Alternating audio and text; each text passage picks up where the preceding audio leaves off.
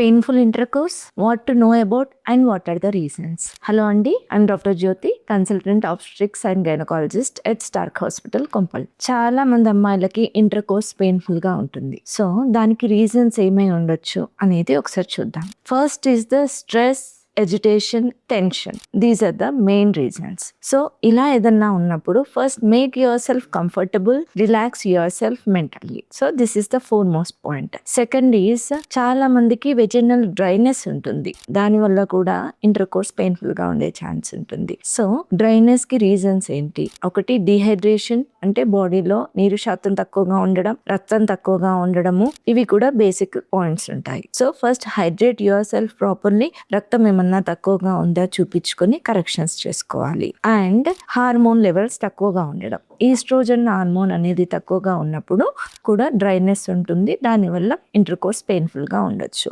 Major గా ఈ reason post delivery, అంటే డెలివరీ తర్వాత ఈ రీజన్ ఎక్కువ శాతం ఉంటుంది. సో ఆ టైంలో కూడా కొద్దిగా ల్యూబ్రికేషన్ యూస్ చేయడము హెల్ప్ చేయొచ్చు. థర్డ్ వన్కి వస్తే infections. Vaginal infections also can be a reason for painful inter course. Infections వల్ల చాలా మందికి ఆ ఏరియాలో ఇరిటేషన్ ఉంటుంది, ఇచ్చింగ్ ఉంటుంది, తర్వాత బర్నింగ్ సెన్సేషన్ ఉంటుంది, అండ్ డ్రైనెస్ కూడా ఉండొచ్చు. సో ఈ రీజన్స్ వల్ల కూడా పెయిన్ఫుల్ ఇంటర్ కోర్స్ ఉంటుంది. అండ్ మేజర్గా ఇంటర్నల్గా ఏమన్నా రీజన్స్ ఉన్నాయా, హార్మోన్ డెఫిషియన్సీస్ ఏమన్నా ఉన్నాయా, ఇలాంటి రీజన్స్ కూడా ఉంటాయి. కాబట్టి అలా ఉన్నప్పుడు ఇది నార్మల్ అనో లేదు అంటే సిగ్గుపడాల్సిన విషయం అనో మీకు మీరు సఫర్ అవ్వకుండా reach your gynaecologist near by.